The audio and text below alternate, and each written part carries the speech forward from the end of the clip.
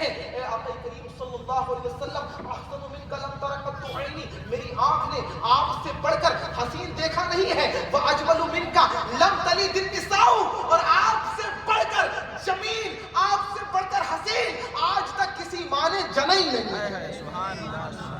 اگر سارے کمالات دنیا کے ایک ساتھ اکٹھے کر لیے جائیں، حسن یوسف دم عیسیٰ ید بیضا داری، آج خوبہ ہوا دارن تو تنہا داری۔ چاہے حضرت یوسف علیہ السلام کا حسن ہو، چاہے حضرت عیسیٰ علیہ السلام کا مردوں کو زندہ کرنے والا معجزہ ہو، حضرت موسیٰ علیہ السلام کا عصا والا معجزہ ہو، ید بیضا والا معجزہ ہو، جتنے بھی کمالات رب تبارک و تعالیٰ نے تمام تر انبیاء کرام کو عطا فرمائے تھے، میرے آقا کریم صلی اللہ علیہ وسلم کو سارے کے سارے عطا فرمائے ہیں، اور ان سے بڑھ کر بھی عطا فرمائے ہیں۔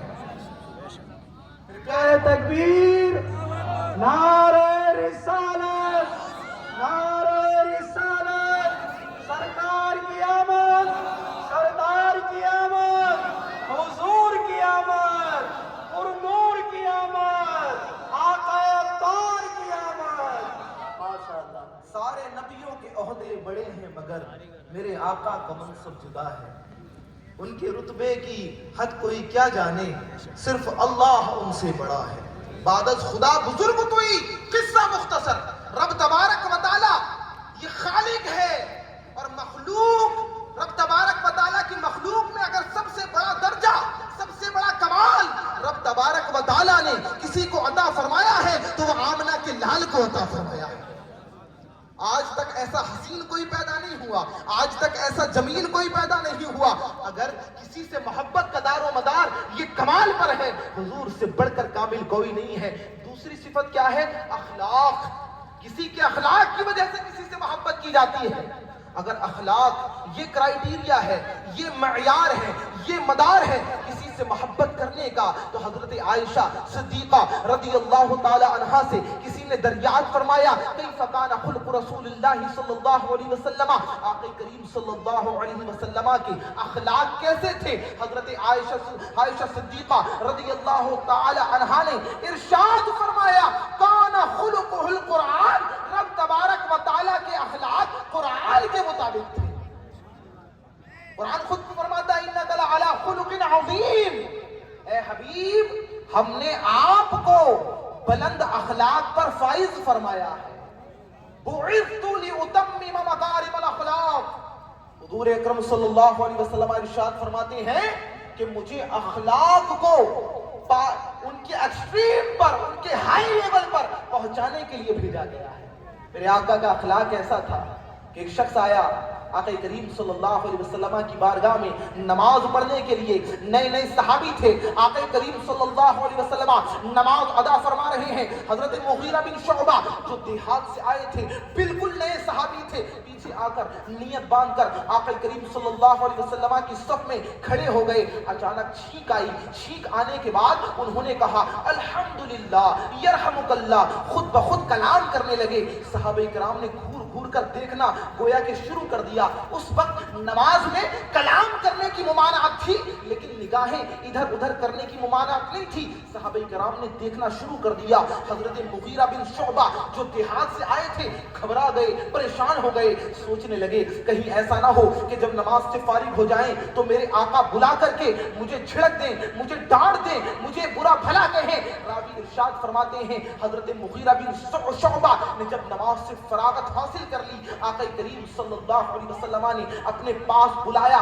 بلانے کے بعد جو ارشاد فرمایا، حضرت مغیرہ بن شعبہ کہتے ہیں ما ضربنی ولا نہرنی ولکن قال ان صلاتک هذه لا تصل فيها شيء من هذه الاعمال۔ مغیرہ بن شعبہ فرماتے ہیں آقا کریم صلی اللہ علیہ وسلم نے مجھے بلایا، مجھے جھڑکا نہیں، مجھے ڈانٹا نہیں، مجھے مارا نہیں، بلکہ مجھ سے یہ کہا کہ جو تم نماز ادا کر رہے ہو اس نماز میں بولنے کی گنجائش نہیں ہے۔ حضرت مغیرہ بن شعبہ اس تربیت کے بعد کہتے ہیں ما رأیت معلما قبلہ ولا بعدہ احسن تعلیما منہ، کہتے ہیں کہ روح زمین پر حضور اکرم سے بڑھ کر اچھی تعلیم دینے والا، اچھے اخلاق دینے والا نہ میں نے پہلے کبھی دیکھا تھا، نہ حضور کے بعد کبھی دیکھا ہے۔ حضور کے اخلاق ہیں کہ حضور سے بڑھ کر اخلاق والا ہے نہیں ہے. آج میں شمائل ترمذی پڑھا رہا تھا, ترمذی شریف ایک حدیث کی بہت بڑی کتاب ہے. اس میں ایک روایت, آقا کریم صلی اللہ علیہ وسلم کی بارگاہ میں نئے نئے صحابی آتے تھے, انہیں ادب کا پتہ نہیں ہوتا تھا, لیکن پھر تربیت ہوتی تھی, سیکھ جاتے تھے. ایک صحابی آئے, انہوں نے سن رکھا تھا کہ آقا کریم صلی اللہ علیہ وسلم کے دونوں شانوں کے درمیان مہر نبوت ہے. آقا کریم صلی اللہ علیہ وسلم کے دونوں شانوں کے درمیان مہر نبوت تھی. اس پر لکھا ہوا تھا لا الہ الا اللہ محمد رسول اللہ. یہ روایتیں مختلف ہیں, صرف انک منصور, یا اور بھی الفاظ لکھے ہوئے تھے مختلف روایتوں میں, یعنی دیکھنے والا الگ الگ وقت میں الگ الگ الفاظ پڑھا کرتا تھا. وہ انڈے کی مانند تھی, ابھرا ہوا گوشت تھا, نورانی تھی, چمکدار تھی. صحابہ کرام نے سن رکھا تھا. وہ صحابی جو کہ گاؤں سے آنے کے بعد ان کی طلب تھی, ان کی چاہت تھی کہ حضور کی مہر نبوت کا دیدار کر لیا جائے, حضور کی مہر نبوت کو چھو لیا جائے. آقا کریم صلی اللہ علیہ وسلم مسجد نبوی میں تھے, آئے اور آنے کے بعد دیکھا کہ آقا کریم صلی اللہ علیہ وسلم کے کرتے کے بٹن کھلے ہوئے ہیں, کرتے کے بٹن کھلے ہوئے ہیں. وہ صحابی جو ابھی تربیت یافتہ نہیں ہے, انہوں نے آنے کے بعد اپنا ہاتھ لیا اور آقا کریم صلی اللہ علیہ وسلم کی یہاں ڈال دیا اور مہر نبوت کو چھو لیا, مہر نبوت کو چھو لیا. آج اگر کوئی کسی کے گریبان میں ہاتھ ڈال دے, کوئی کسی کے یہاں پر ہاتھ ڈال دے, تو اس کا کیا حشر ہوگا؟ کوئی بڑے مرتبے والا, کوئی پردھان ہو, کوئی ممبر ہو, کوئی چیئرمین ہو, کوئی ودھایک ہو, وہ تو آگ بگولا ہو جائے گا. لیکن میرے آقا کریم صلی اللہ علیہ وسلم کے اخلاق کہ حضور نے نہ ڈانٹا نہ چھڑکا, بلکہ پیار و محبت سے جو دین کی تعلیم دینے کا فریضہ تھا وہ آپ نے ادا فرما دیا. یہ حضور کے اخلاق ہیں کہ آج جو مسلمانوں میں نرمی ہے, جو ہمارا دین امن کا دین ہے, کہ یہ آقا کریم صلی اللہ علیہ وسلم کی اخلاق کی ہم پیروی کرتے ہوئے نظر آتے ہیں. اور تیسری صفت جو کسی سے محبت کی ہوتی ہے وہ اس کا حسن ہے. بندہ آج کل کیا کرتا ہے, کسی کے حسن کی وجہ سے اس سے محبت کرتا ہے, کہ سامنے والا بڑا خوبصورت ہوتا ہے تو بندہ محبت کرنے لگتا ہے. تو اگر یہ حسن معیار ہے کسی سے محبت کرنے کا, تو روئے زمین پر آج تک آقا کریم صلی اللہ علیہ وسلم سے بڑھ کر حسین کوئی پیدا ہی نہیں ہوا ہے. مرحبا صد مرحبا, حسن جمال مصطفیٰ مرحبا صد مرحبا, اور جو کمال مصطفیٰ مرحبا صد مرحبا.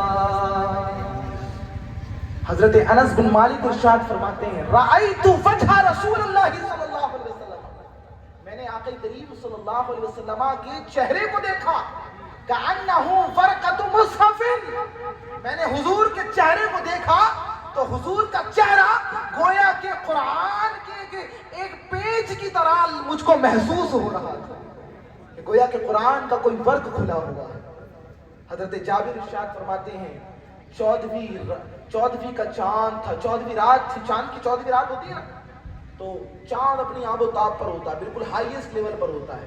حضرت جابر ارشاد فرماتے ہیں کہ 14ویں چاند کی رات تھی اور چاند اپنی آب و تاب کے ساتھ آسمان دنیا پر چمک رہا تھا. میں کبھی چاند کو دیکھتا, میں کبھی حضور کو دیکھتا, کبھی چاند کو دیکھتا, کبھی حضور کو دیکھتا. فَلَهُ عِنْدِي أَحْسَنُ مِنَ الْقَمَرِ, میں نے اچانک فیصلہ کر لیا کہ آسمان پر چمکنے والا چاند خوبصورت نہیں ہے بلکہ آمنہ کا لال زیادہ خوبصورت ہے. حضور کا حسن تھا کأن الشمس تجری فی وجہہ, گویا کہ حضور کے چہرے میں سورج گردش کر رہا ہوتا تھا, چمک رہا ہوتا تھا.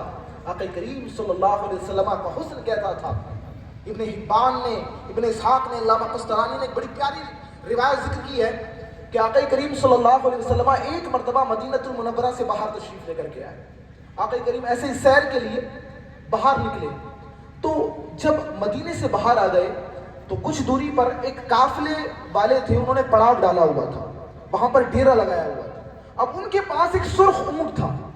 آقا کریم صلی اللہ علیہ وسلم نے دیکھا سرخ اونٹ آپ کو بڑا پسند آیا, اور عرب کے یہاں سرخ اونٹ جو ہے نا وہ بہت عمدہ سمجھا جاتا ہے. آقا کریم صلی اللہ علیہ وسلم نے اس اونٹ کو دیکھا, آپ کو پسند آ گیا, آپ نے اس کا سودا کر لیا. لیکن آقا کریم صلی اللہ علیہ وسلم خرید و فروخت کے ارادے سے نہیں نکلے تھے، بلکہ وہ تو سیر کے ارادے سے نکلے تھے۔ آپ کے پاس اس وقت رقم موجود نہیں تھی۔ آپ نے کہا کہ میں ابھی سیر کے ارادے سے آیا ہوں، میرے پاس رقم نہیں ہے، میں ابھی مدینے جاتا ہوں اور اپنے ساتھیوں کے ہاتھ تمہیں رقم بھجوا دوں۔ اب انہوں نے آقا کریم صلی اللہ علیہ وسلم کو اونٹ دے دیا۔ جب حضور اکرم صلی اللہ علیہ وسلم آنکھوں سے اوجھل ہو گئے، وہ آپس میں باتیں کرنے لگے، کہنے لگے کہ جس شخص کو ہم جانتے نہیں، پہچانتے نہیں، جسے دیکھا نہیں، اسے آخر ہم نے ادھار اونٹ دے دیا۔ بھئی اگر کسی کو ادھار دیا جاتا ہے تو پہچان والے کو دیا جاتا ہے کہ پہچان والا ہے، اس سے وصول کر سکتے ہیں، لیکن وہ ہماری پہچان والے نہیں۔ کہیں ایسا نہ ہو کہ وہ ہمیں دھوکہ دے دیں، کہیں ایسا نہ ہو کہ ہمارا پیسہ مارا جائے۔ اتنا کہنا تھا۔ جو قافلے کا سردار تھا، اس سردار کی بیوی سارا کا سارا ماجرا یہ پردے کی آڑ سے سن رہی تھی۔ اس نے پردہ ہٹایا اور کہا لا یغادر بکم انا ضامن لثمن جملکم، وہ جو تم سے اونٹ لے کر کے گیا ہے نا، وہ تمہیں دھوکہ نہیں دے گا، وہ دھوکہ باز نہیں ہے۔ اگر اس نے تمہیں اونٹ کی قیمت نہ دی تو میں تمہیں قیمت دینے تیار ہوں۔ لوگوں نے سوچا شاید یہ جانتی ہوگی، اس کی معرفت ہوگی، اسی وجہ سے ذمہ داری لے رہی ہے۔ لوگوں نے کہا اچھا لگتا ہے تم جانتی ہو۔ کہا نہیں، میں بھی اس کو نہیں جانتی ہوں۔ کہا میں بھی نہیں جانتی ہوں۔ کہا پھر ضمانت کیوں لے رہی ہو؟ کہا جب وہ تم سے اونٹ کا سودا کر رہا تھا، میں نے دیکھا تھا پردے کی آڑ سے کہ اس کا چہرہ کسی جھوٹ بولنے والے کا چہرہ نہیں تھا، وہ تو صادق و امین کا چہرہ تھا، وہ تو طٰہٰ و یاسین کا چہرہ تھا۔ میں نے دیکھا تھا کہ اس کا چہرہ ایسا تھا کأن النور یعلو، کأن النور اذا تکلم رؤیا کالنور یخرج من بین ثنایاہ۔ جب وہ گفتگو کر رہا تھا، اس کی زبان، اس کے دندان مبارک سے نور نکل رہا تھا۔ میں نے سمجھ لیا تھا یہ سودا کرنے والا کوئی جھوٹا نہیں ہو سکتا، بلکہ یہ تو سچا ہو سکتا ہے۔ اسی وجہ سے میں نے اس کی ذمہ داری لی ہے۔ اب لوگوں نے کہا کہ تم بھی نہیں جانتی ہو، تو لگتا ہے کہ ہمارا اونٹ ہمارے ہاتھ سے چلا گیا۔ ابھی اتنے گفتگو کر رہے تھے، ادھر آقا کریم صلی اللہ علیہ وسلم نے اپنے